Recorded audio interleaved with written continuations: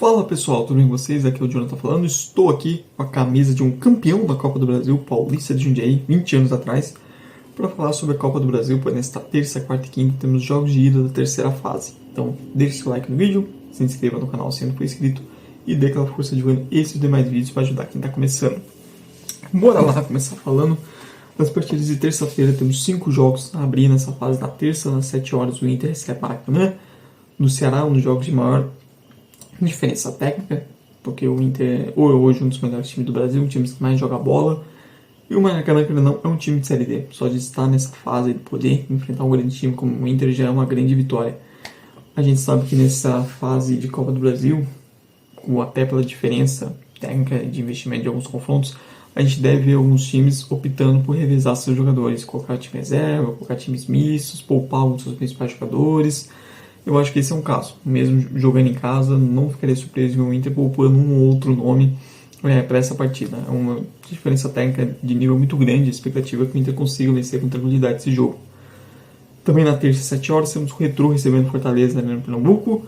Olha, um confronto com o Retrô, que assim, não é o favoritismo do Fortaleza, mas olha, ele pode olhar bem aqui, uma chance de surpresa. Tentar aprontar nesse jogo em casa e levar esse confronto mais aberto possível para o jogo de volta no Castelão, porque o momento do Fortaleza não é bom. O time um cheirinho de fim de ciclo para várias peças, não vive uma boa fase. Acho que o Fortaleza está esperando muito a janela no meio do ano para tentar, quem sabe, fazer algumas contratações para dar uma mudada para resolver alguns problemas. É favorito, mas o Retrô, essa chance de uma surpresa passa muito por tentar aproveitar esse momento ruim do Fortaleza nesse jogo de ida. Nas 7h30 temos o Maringá recebendo o Atlético Mineiro, um dos jogos mais legais dessa fase. O Atlético Mineiro, apesar de ser um confronto da Série C, é uma casca de banana aqui para o Atlético, que ele pode acabar escorregando. O Maringá, nos últimos anos, vem fazendo boas campanhas de Copa do Brasil, é um projeto interessante que vem crescendo. Bateu na trave, foi vice-paranaense e jogando em casa, é um time bem competitivo. O América Mineiro, que eu digo, já foi eliminado pelo Maringá lá. E já venceram recentemente o Flamengo, até nessa mesma fase, jogando em casa. Então, assim, o Atlético Mineiro não vive um bom momento, não faz um bom começo brasileiro, a campanha na Sula também não está empolgando. É um jogo para se levar a sério, porque vai encontrar estádio cheio, um ambiente que vai estar de pressão. Se não entrar ligado, se não entrar esperto, pode acabar sofrendo mais do que esperado. O Maringá não é um time bobo. Na 9h30 da noite, na terça, temos 2 partidas. Primeiro, o Fluminense recebendo a Aparecidense. Joguei com um favoritismo muito grande do Flu. Não, até pelo histórico do Renato Gaúcho, não duvido ver um ou outro jogador sendo poupado. Mas é uma boa oportunidade de se jogar em casa. Espero que o Flu vença, que consiga fazer já o resultado, que não corra riscos desnecessários, ainda mais depois de ter perdido um clássico Botafogo. E depois o São Paulo recebendo o Náutico. São Paulo dos empates, 5 empates em 6 jogos do Brasileirão. Jogando em casa, o Morumbi é muito favorito. É um confronto de grande desnível também técnico, porque a temporada do Náutico não é nada agradável. O time vem de derrota na Série C. Apesar dos avanços na Copa do Brasil, não é uma boa temporada aqui do Náutico. Mas assim, o São Paulo já se escorregou algumas vezes nessa temporada em jogos assim. Jogo onde ele é favorito, grande diferença técnica, um time que provavelmente vai vir só para se defender. E já demonstrou ter dificuldades nisso. Não pode repetir os mesmos erros. E vamos ver também qual vai ser a escalação. O São Paulo ainda tem programas de lesões e tal. Mas assim, é um cenário que o São Paulo do Zubeldia já teve problemas esse ano. E o Náutico vai precisar tentar se defender o mais bem possível, tentar levar o confronto mais aberto para o jogo de volta nos aflitos. Indo para quarta-feira, temos mais 5 jogos da Copa do Brasil. Começando pelas 7 horas, o Botafogo recebendo o Capital do Distrito Federal. O Capital, time de Série D, um time que tem um projeto bem interessante, vem crescendo nos últimos anos no futebol candango. Foi vice-estadual ano passado e nesse, está na Série D desse ano, conseguiu avançar na Copa do Brasil e vem investindo em base, vem cada vez mais conquistando torcedores. É um time para se ficar de olho nos próximos anos. Se continuar a manter essa toada, pode crescer mais nacionalmente.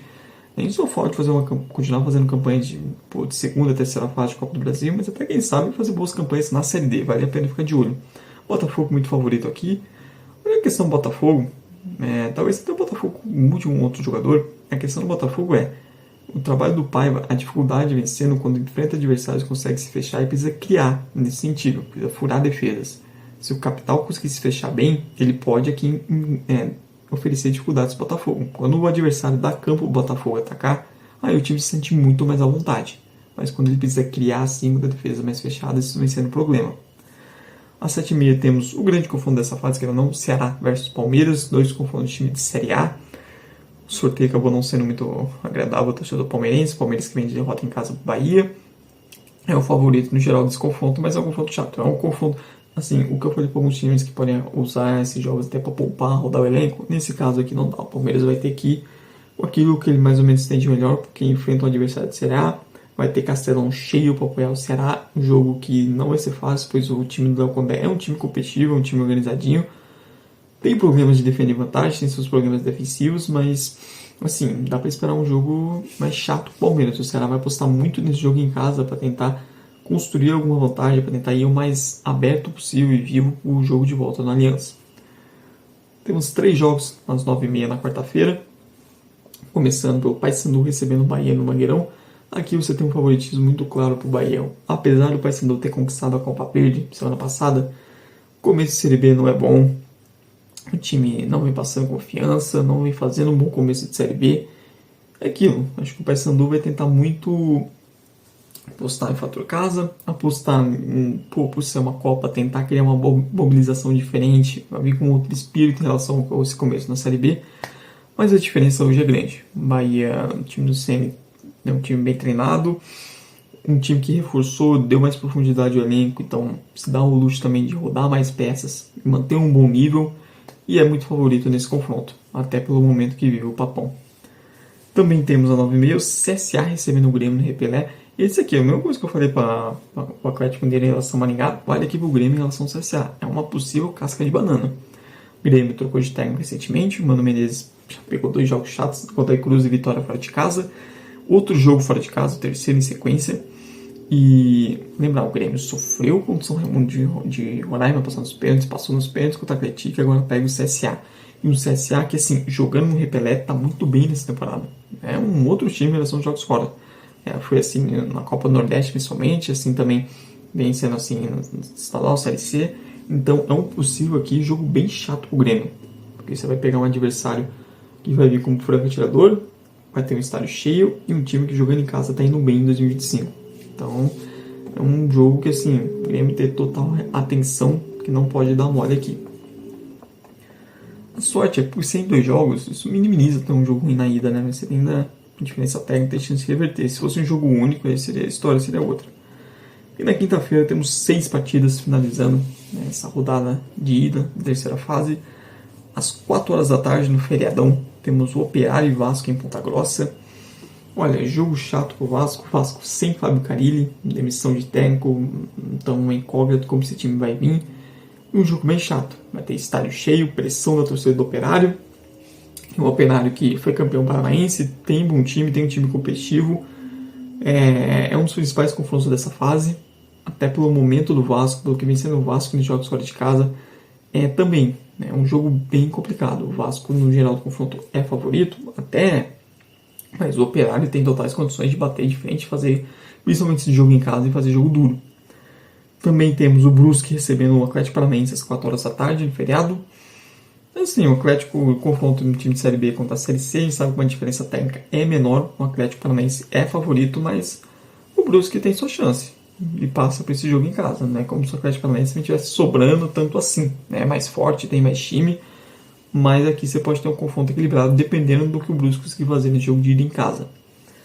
Temos já às 6h da tarde, no dia 1º, no feriado, o Santos recebendo na Vila Belmiro o CRB. Cara, o Santos é favorito? Eu tô gravando esse vídeo logo após o jogo contra o Red Bull Bragantino, se tiver alguma mudança técnica aí. Mas, assim, o Santos chega muito pressionado para esse jogo. Defensivamente é um time que não passa confiança alguma. Tem mais qualidade técnica e é favorito, ainda mais jogando em casa. O CRB também, né, como se estivesse fazendo uma grande temporada. Até vem começando bem a Série B, até melhor do que esperado. Mas, assim, o Santos é favorito, mas entra com uma pressão muito grande.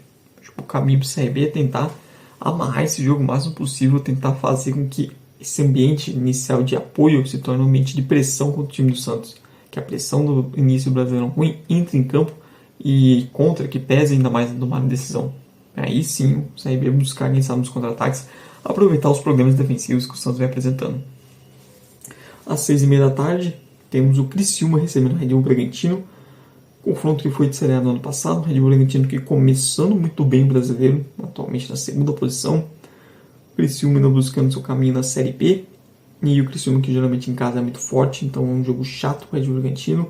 E a gente sabe que é aquilo, né? O projeto Red Bull vem tendo grandes problemas em mata-matas. E a maneira como aborda os mata-matas, como joga os mata-matas, principalmente fora de casa. Então o Criciúma tem sim motivos para acreditar, por mais que o Red Bull Bragantino esteja fazendo um bom começo. Às 8 horas da noite temos lá em São Luís, o Botafogo vendeu o mando, Botafogo de Paraíba versus Flamengo. O Flamengo vai com jogadores reservas, não vai com suas principais estrelas. Mas é aquilo, né? Se o jogo fosse no Almeidão, na Paraíba, até poderia falar de pô, dá pra surpreender, mas cara, vai ser um jogo com campo neutro com torcida do Flamengo. Então, mesmo com reservas, o Flamengo é muito favorito nesse jogo aqui, no geral do confronto. Qualquer chance do Botafogo também, quando vendeu o campo, ficou muito menor aqui nesse duelo. E finalizando, na quinta-feira, às 9h30 da noite, tem o Cruzeiro versus Vila Nova, jogo em Minas. Cruzeiro favorito, Cruzeiro que, assim, apesar de na Sula estar sendo um desastre, no Brasileirão vem começando bem. Não é um time que empolga muito. O Cássio, por exemplo, no jogo contra o Vasco foi o melhor que foi o destaque em campo. Então é um Cruzeiro que é aquilo. Tem qualidade, é favorito, é superior, mas tem seus momentos também. Ainda não conseguiu encontrar uma consistência, uma regularidade sob o comando do Leonardo Jardim. O Vila Nova vai como franco atirador. O time foi campeão goiano, saiu dessa seca de títulos. E, cara, se o Cruzeiro tiver uma noite ruim, o Vila Nova pode sim surpreender.